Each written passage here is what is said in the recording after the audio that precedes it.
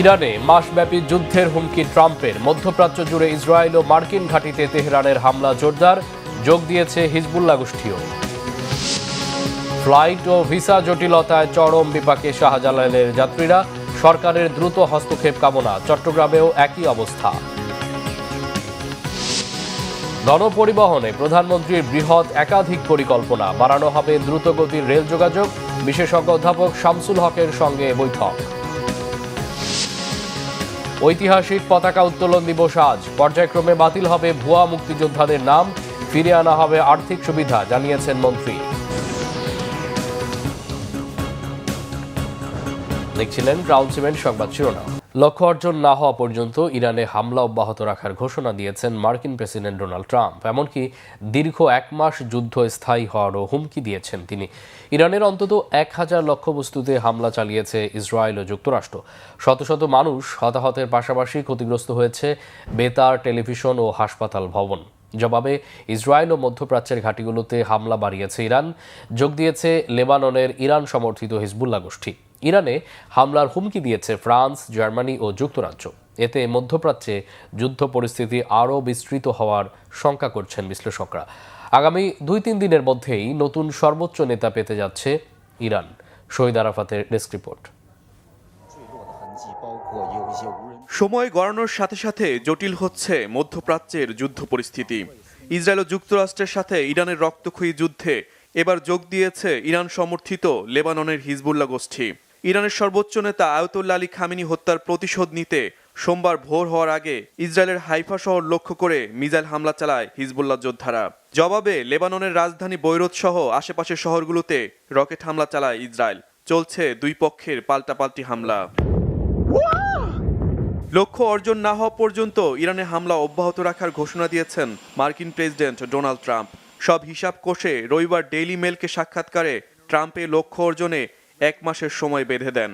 বেশ কয়েকজন মার্কিন সেনা নিহত হওয়ার ঘটনায় ইরান জুড়ে অন্তত 1000 লক্ষ্যবস্তুতে হামলা চালিয়েছে ওয়াশিংটন। সোমবার ভোর না হতেই ইরানের রাজধানী সহ বিভিন্ন স্থানে আরেক দফা হামলা শুরু করে ইসরায়েল।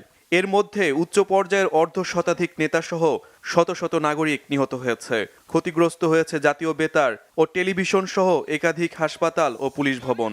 ইরানের বিপ্লবী গার্ডের সদর দপ্তর গুড়িয়ে দেওয়ার দাবি তুলেছে যুক্তরাষ্ট্র। সর্বোচ্চ নেতা খামেনি নিহত হওয়ার পর ইসরায়েল ও মধ্যপ্রাচ্যে যুক্তরাষ্ট্রের ঘাঁটি লক্ষ্য করে মিসাইল ও ড্রোন হামলার সংখ্যা বাড়িয়েছে ইরান। রবিবার রাতভর সাইরেন বেজে ওঠে তেল আবিব সহ ইসরায়েলের বিভিন্ন শহরে। বেত শেমেশে, হাইফা, জেরুজালেমে আঘাত হানে ইরানের একাধিক মিসাইল। এতে বহু মানুষ হতাহত হয়েছে। মার্কিন বিমানবাহী রণতরীতে মিসাইল হামলা চালানোর দাবি তুলেছে ইরান। ইরাকের বাগদাদে মার্কিন ঘাঁটিতেও ড্রোন হামলা চালায় তেহরান। হামলা অব্যাহত আছে কুয়েত, কাতার, সৌদি আরব, সংযুক্ত আরব আমিরাত, বাহরাইনের মার্কিন ঘাঁটিতেও। বিমানবন্দর ও সামরিক ঘাঁটিতে ইরানের মিসাইল হামলা প্রতিহত করার দাবি তুলেছে সৌদি আরব। মধ্যপ্রাচ্যে নিজেদের ও মিত্র দেশগুলোর স্বার্থ রক্ষায় ইরানের বিরুদ্ধে সামরিক ব্যবস্থা নেওয়ার হুঁশিয়ারি দিয়েছে ফ্রান্স, জার্মানি ও যুক্তরাজ্য। এক যৌথ বিবৃতিতে ইউরোপের নেতারা বলেন, মধ্যপ্রাচ্যে ইরানের হামলায় তারা শঙ্কিত। আঞ্চলিক মিত্রদের রক্ষায় প্রয়োজনীয় সহায়তা দিতে তারা প্রস্তুত। যদিও ইরানে হামলায় যোগ দিচ্ছে না অস্ট্রেলিয়া। এতে মধ্যপ্রাচ্যে যুদ্ধ পরিস্থিতি আরও বিস্তৃত হওয়ার শঙ্কা করছেন বিশ্লেষকরা। এদিকে আয়াতুল্লাহ আলী খামেনির মৃত্যুর পর প্রেসিডেন্ট মাসুদ পেজেশকিয়ান, বিচার বিভাগীয় প্রধান মহসিনী এজেই ও আহমেদ আলী আরাফিকে নিয়ে 3 সদস্যের অন্তর্বর্তীকালীন নেতৃত্ব পরিষদ গঠন করেছে ইরান। আগামী 2-3 দিনের মধ্যে নতুন সর্বোচ্চ নেতা নির্বাচিত করা হবে বলে জানিয়েছেন পররাষ্ট্রমন্ত্রী Abbas Araghchi. Shahid Arafat, Bangla Vision news desk. গতরাত এবং আজও মধ্যপ্রাচ্যগামী বেশ কয়েকটি ফ্লাইট বাতিল হয়েছে। এতে বিপাকে পড়েছেন ভিসার মেয়াদ শেষ হওয়া যাত্রীরা। কবে নাগাদ ফ্লাইট কিংবা ভিসা জটিলতা কাটবে সেটি নিয়েও ধোঁয়াশায় তারা। এজন্য সরকারের হস্তক্ষেপের প্রত্যাশা তাদের। নরসিংদী মনোহরদীর জুবায়ের একরাশ স্বপ্ন নিয়ে এসেছিলেন এয়ারপোর্টে। কথা ছিল উড়াল দেবেন আকাশে, বাবা মায়ের মনের আশা পূরণে পাড়ি জমাবেন নবীর দেশে। তবে মধ্যপ্রাচ্য সংঘাতে ফ্লাইট বিপর্যয়, সেই স্বপ্ন কালো ধোঁয়ার মতো উড়ে গেছে এক নিমিষেই। এখন তাই নির্বিকার এই স্বপ্নবাজ তরুণ। আমার বিশের মেয়াদ 4টার দিকে, কারণ আমার ফ্লাইট দিছে 2 তারিখে, এখন তো ফ্লাইট বন্ধ। এখন যাওয়া যাইতেছে না, এখন কি করবো? এখন আমার যদি ফ্লাইট পরেও দেয় তবু আমার বিশের মেয়াদ নাই, তখন আমি যাবো কেমনে বিদেশ? তো বাবাই তো অনেক কষ্ট করে টাকা ভাঙ্গিয়া ফাটাইতেছে, কষ্ট তো লাগারই কথা, এখন আর কি করা যাইব? জুবাইরের মতোই সাজিদ হাসান আর কাউসারও এসেছেন সুদূর কুমিল্লা থেকে। একই কারণে ফ্লাইট বিড়ম্বনায় দিশেহারা তারা। ফ্লাইট বাতিল হওয়ায় আতঙ্ক ছড়িয়েছে অনেকের মধ্যেই। কালকে সারা রাত আমরা বাইরে ওই যে যাত্রী কাউন্টার ছিল ওই জায়গায় আমরা দাঁড়িয়েছিলাম। আজকে আবার আপনার দালালের মাধ্যমে আমরা এই টিকিট কাটছে, ওইটা দালাল আপনার ফেকটা আমাদেরকে টিকিট দিছে। এই আপনার টিকিট নিয়ে আমরা ভিতরে গেছি, এন্ট্রি করতে দিছে, কিন্তু ভিতরে নেওয়ার পরে আমাদের যেই কম্পিউটার দিছে ওই জায়গায় আপনার কাতার এয়ারলাইন্সের কোনো বিমানে নেই। টিকিটের একটা কপি দিছে, বলছে যে এই টিকিটটাই ওটা দিলে তারা মানে বিমান চালু আছে, যে আজকে সকাল 5টা বাজে ফ্লাইট। পরে আমরা আসছি, আমরা ছিলাম ঢাকায় কাজিনের বাসা, কালকা সারাদিন ছিলাম এই জায়গায়, সারা রাত্রি ছিলাম, কারোর কোনো সহযোগিতা পাই নাই। প্রবাস কল্যাণ বলেন যেটি বলেন, আজকেও সেম আসছে। আসার পর আমরা ঢাকা ছিলাম এক জায়গায় কাজিনের বাসাতে, আসার পরে ভিতরে ঢুকছি, ঢুকার পরে আপনার সেম কালকার মধ্যে একই অবস্থা, কোনো ফ্লাইট সব কিছু বন্ধ, কিন্তু আমাদের এজেন্সি বলতেছে ফ্লাইট আছে, ওরা বলতেছে ফ্লাইট বন্ধ। 2:25 বিমান উড়ে দেওয়ার কথা, ইজার মধ্যে বিমান উড়ে দিছে 2:50। বিমান ঘন্টা 1.5 ঘন্টা চলছে, চলার পর আবার বিমান লঞ্চ করছে শাহজালাল আন্তর্জাতিক বিমানবন্দরে। এখন মনে করেন কাউন্টারে গেলে বলে যে আমাদের কোনো কিছু করার নাই, মানে আপনারা অফিসে যোগাযোগ করেন। কবে নাগাদ ফ্লাইট পাওয়া যাবে সে ব্যাপারে নিশ্চিত হতে চান এই যাত্রীরা। এখনো কনফার্ম হয়েছে না, কতক্ষণ পর ডেট চেঞ্জ করতেছে। আমরা তো কুমিল্লাতে আইসা বসে রয়েছি প্রায় 2টার দিকে, বাসার থেকে 2টার সময় আইসা বসে রয়েছি। তো আমি কনফিউজ যে ফ্লাইট আমার বাতিল হলো কিনা, তো সেজন্য আমি এই বোর্ডে চেক করতেছি বারবারে। মধ্যপ্রাচ্য সংঘাতের কারণে সোমবারও ঢাকা থেকে দোহা, কুয়েত, শারজা ও দুবাইগামী বেশ কয়েকটি ফ্লাইট বাতিল হয়। মামুন আব্দুল্লাহ, বাংলা ভিশন, ঢাকা। দর্শক, হজরত শাহজালাল আন্তর্জাতিক বিমানবন্দরে আছেন সহকর্মী শুভ মাহফুজ, সরাসরি কথা বলবো তার সাথে। শুভ, এ পর্যন্ত মধ্যপ্রাচ্যে কতগুলো ফ্লাইট বাতিল হলো এবং মধ্যপ্রাচ্যগামী যাত্রীরা দুর্ভোগের বিষয়ে কি বলছে আপনাকে জানাবেন?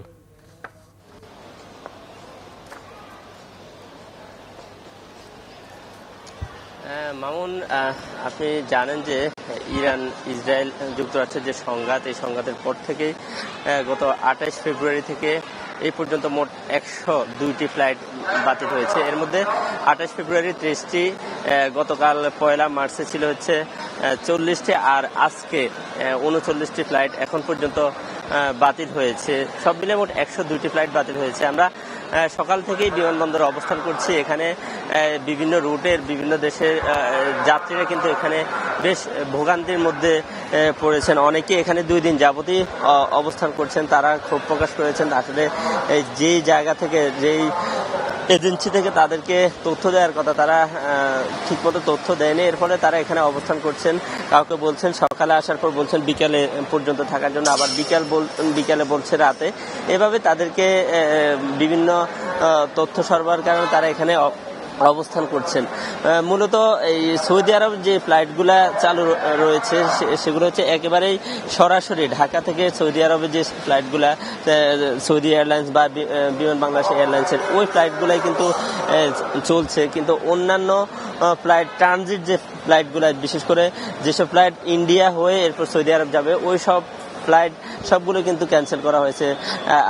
জেদ্দাগামী একটি ফ্লাইট ছিল বিকেল 4:30 ঢাকা থেকে ইন্ডিয়া থেকে জেদ্দা যাওয়ার কথা ছিল, সেই ফ্লাইট কিন্তু বাতিল হয়েছে। এছাড়া আমরা এখানে দেখতেই পাচ্ছি যে দোহার এবং দুবাইয়ের যে ফ্লাইটগুলো রয়েছে, বাংলাদেশ বিমানের, ইউএস বাংলার অথবা আরব আমিরাটসের যে ফ্লাইটগুলো রয়েছে, এগুলো কিন্তু সবগুলাই কিন্তু বাতিল করা হয়েছে। বিশেষ করে কাতার, আবুধাবি, দুবাই, এই ফ্লাইটগুলাই বেশিরভাগ বাতিল করা হয়েছে।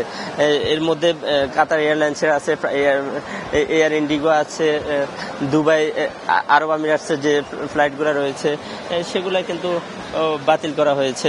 আমরা সকাল থেকে এই এয়ারপোর্টে যে দৃশ্যটি দেখতে পাচ্ছি যে একটু আগে এখানে ভিড় ছিল, বিশেষ করে বিকেল 4টা যে ফ্লাইটটি ছিল ইন্ডিয়া হয়ে জেদ্দাগামী যে সৌদি আরব যে ফ্লাইটটি, সেই ফ্লাইটটি কিন্তু বাতিল হয়েছে। এরপরে কিন্তু এখানে অনেক যাত্রীকে আমরা অপেক্ষমান যাত্রীদেরকে আমরা দেখেছি এখান থেকে সরে যেতে, এবং যারা এখানে অবস্থান করছে, যেসব যাত্রীরা অবস্থান করছে তারা আসলে সঠিক তথ্য পাচ্ছেন না, এই ধরনের একটি অভিযোগ করেছেন। এর পাশাপাশি এখানে বেবিচক থেকে বা বিমানবন্দর কর্তৃপক্ষের কারো বক্তব্য আমরা এখন পর্যন্ত পাইনি। আমরা খোঁজ নিয়েছি, তারা অধিকাংশই তারা ঊর্ধ্বতন কর্মকর্তা সবাই সচিবালয়ে রয়েছেন এমন তথ্য পেয়েছি, যার কারণে কেউ আনুষ্ঠানিক কোনো ব্রিফও আমাদেরকে করছেন না। শুভ, আপনাকে অসংখ্য ধন্যবাদ। একই অবস্থা চট্টগ্রামেও। মধ্যপ্রাচ্যের কয়েকটি দেশে এয়ারফিল্ড বন্ধ থাকায় চট্টগ্রাম বিমানবন্দর থেকে এ পর্যন্ত 25টি আন্তর্জাতিক ফ্লাইট বাতিল করা হয়েছে। সোমবার চট্টগ্রাম বিমানবন্দর থেকে বিমান বাংলাদেশ এয়ারলাইন্সের মধ্যপ্রাচ্যগামী 2টি ডিপার্চার ফ্লাইট বাতিল ঘোষণা করা হয়। মধ্যপ্রাচ্যগামী ইউএস বাংলা এয়ারলাইন্সের একটি ডিপার্চার ফ্লাইট ও একটি অ্যারাইভাল ফ্লাইট বাতিল ঘোষণা করা হয়েছে। এয়ার অ্যারাবিয়ার মধ্যপ্রাচ্যগামী একটি ডিপার্চার ফ্লাইট বাতিল করা হয়েছে। চট্টগ্রাম আন্তর্জাতিক বিমানবন্দরের জনসংযোগ কর্মকর্তা প্রকৌশলী মোহাম্মদ ইব্রাহিম খলিল এসব তথ্য জানিয়ে বলেন, মাস্কাট থেকে আসা সালাম এয়ারের একটি ফ্লাইট চট্টগ্রাম বিমানবন্দরে সকাল 8:15 অবতরণ করে।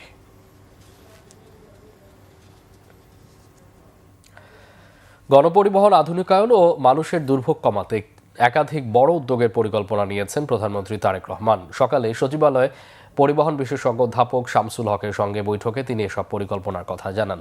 প্রধানমন্ত্রী বলেন, জনবান্ধব পরিবহন ব্যবস্থা গড়ে তুলতে মেট্রো রেলের পাশাপাশি মনোরেল চালুর বিষয়টিও বিবেচনায় নেওয়া হচ্ছে। সাশ্রয়ী ও কার্যকর মাধ্যম হিসেবে মনোরেল বাস্তবায়নের সম্ভাবনা যাচাই নির্দেশ দেন তিনি। বিশেষ করে নারী যাত্রীদের নিরাপত্তা নিশ্চিতে দ্রুত পদক্ষেপ নেওয়ার কথা জানান প্রধানমন্ত্রী। আগামী 6 মাসের মধ্যে নারীদের জন্য বিদ্যুৎ চালিত বিশেষায়িত বাস নামানোর পরিকল্পনার কথা তুলে ধরেন তিনি। এসব বাসে নারী চালক নিয়োগের বিষয়ে গুরুত্ব দেন প্রধানমন্ত্রী, যাতে নারীরা নিরাপদ ও স্বাচ্ছন্দ্যে চলাচল করতে পারেন। ঢাকার গণপরিবহন ব্যবস্থায় আমূল পরিবর্তন আনার পাশাপাশি রাজধানীকে বিকেন্দ্রীকরণের বিষয়েও গুরুত্ব দেন প্রধানমন্ত্রী তারেক রহমান। এছাড়া আগ্রহ প্রকাশ করেন দ্রুতগতির রেলভিত্তিক যোগাযোগ ব্যবস্থা গড়ে তোলারও।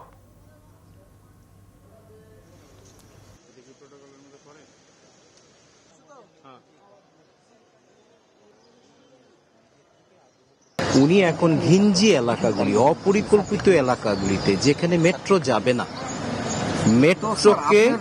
মেট্রোকে কমপ্লিমেন্ট করার জন্য, সাপ্লিমেন্ট করার জন্য আমরা আর কি করতে পারি এইটার একটা স্টাডি করে ওনাকে একটা প্রস্তাব দেওয়া, যাতে করে এই বছরই ওনারা কাজ আরম্ভ করতে পারেন। অর্থাৎ ওনার আগ্রহ দেখলাম যে গণপরিবহনটাকে সুশৃঙ্খল করা, এবং এটা করতে গিয়ে যা যা করতে হয় দ্রুত গতিতে করার জন্য মেট্রো জায়গায় হবে, কিন্তু এটা যেন সমন্বিতভাবে অন্যান্য যেই মেট্রো সংস্করণগুলি আছে সেগুলির সাথে যেন সমন্বিত হয়। হরমুজ প্রণালী বন্ধ থাকলেও জ্বালানি সহ অন্যান্য পণ্যের সংকট হবে না বলেছেন বাণিজ্যমন্ত্রী খন্দকার আব্দুল মুক্তাদির। সচিবালয়ে ভারতীয় হাইকমিশনার প্রণয় ভার্মার সঙ্গে বৈঠক শেষে তিনি এই মন্তব্য করেন। দিল্লির হাইকমিশনার জানান, বাংলাদেশের সাথে তার দেশের সম্পর্ক ঐতিহাসিক, দ্বিপক্ষীয় ও বাণিজ্যিক সম্পর্ক আরও এগিয়ে নিতে চায় ভারত। বাণিজ্যমন্ত্রী জানান, ভারতের সাথে বাণিজ্যিক সম্পর্কে আরও গতি আনতে হাইকমিশনারের সাথে আলোচনা হয়েছে। এর মাধ্যমে নতুন সরকারের প্রতিনিধি হিসাবে পরিচিত হওয়া ও বিভিন্ন বিষয় অবহিত করা হয়েছে। আলোচনা হয়েছে বন্ধ থাকা সীমান্ত হাট চালু সহ অন্যান্য বিষয়েও। বাণিজ্যমন্ত্রী বলেন, এটি সম্পর্কের শুরু। হরমুজ প্রণালী বন্ধ থাকলেও জ্বালানি সহ অন্যান্য পণ্যের সংকট না হলেও খরচ বাড়তে পারে বলে শঙ্কা বাণিজ্যমন্ত্রীর।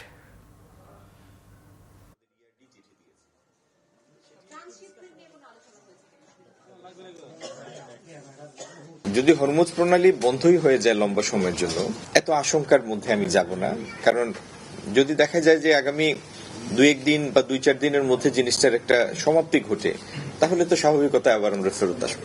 আমরা আলাপ আলোচনা করেছি ভারত বাংলাদেশ বাণিজ্যের বিভিন্ন দিক, আগামী দিনে যেসব বিষয়ে বাণিজ্যিক ক্ষেত্রে দ্বিপক্ষীয় সহযোগিতার ক্ষেত্রে উন্মোচিত হতে পারে, এই সমস্ত বিভিন্ন বিষয়ে আলাপ হয়েছে। We had a very good discussion. I conveyed our willingness to closely engage with the new government and to strengthen our trade and economic relations and all our people-centric cooperation in all domains.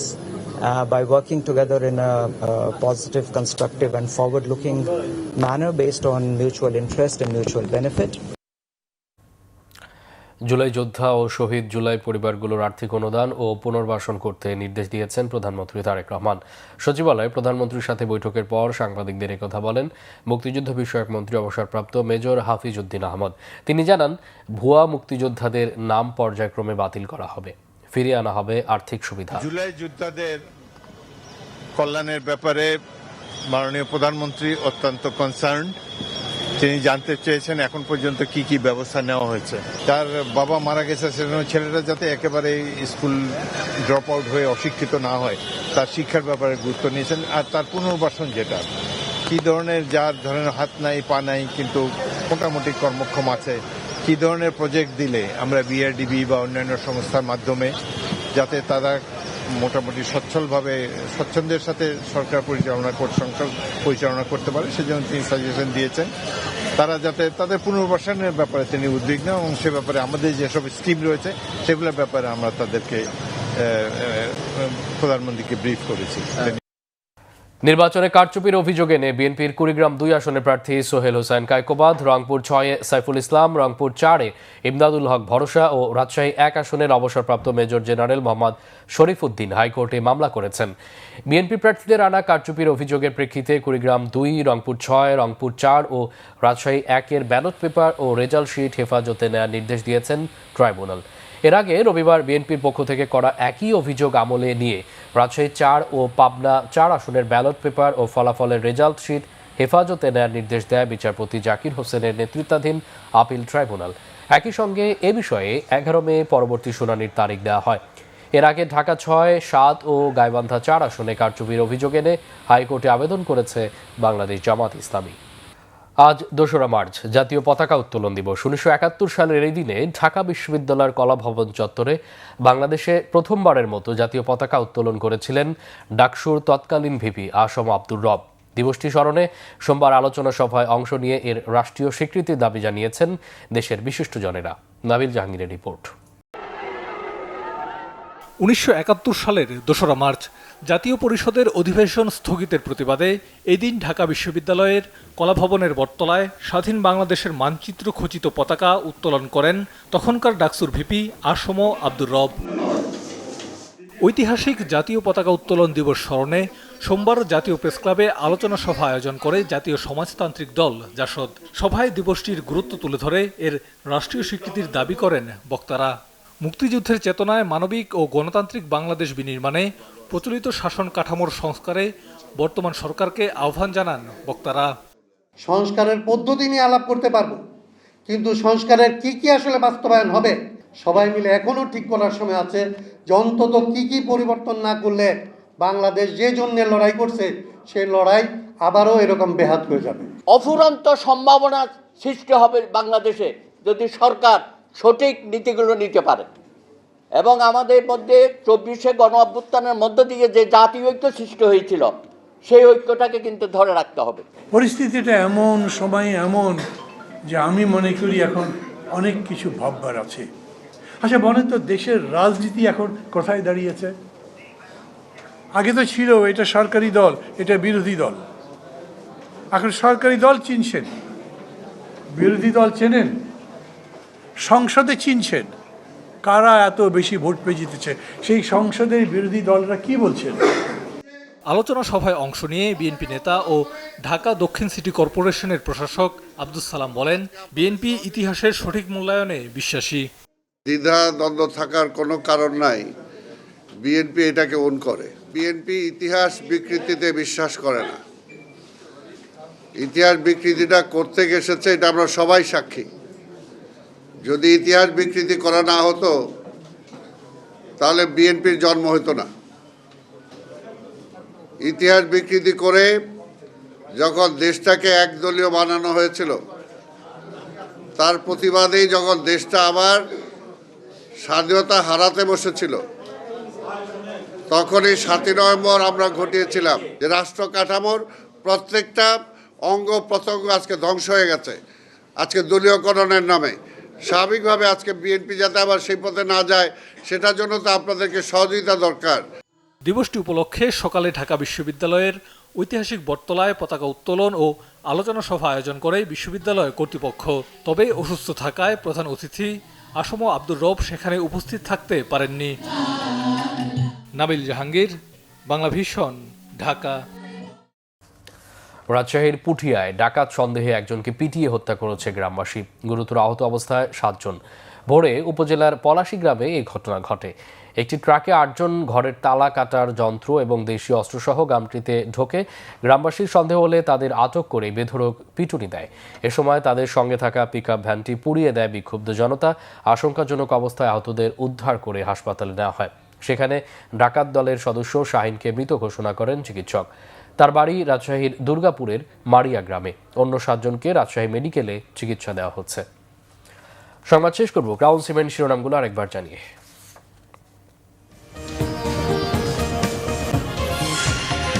ইরানে মাসব্যাপী যুদ্ধের হুমকি ট্রাম্পের। মধ্যপ্রাচ্য জুড়ে Israel ও মার্কিন ঘাঁটিতে তেহরানের হামলা জোরদার। যোগ দিয়েছে হিজবুল্লাহ গোষ্ঠীও।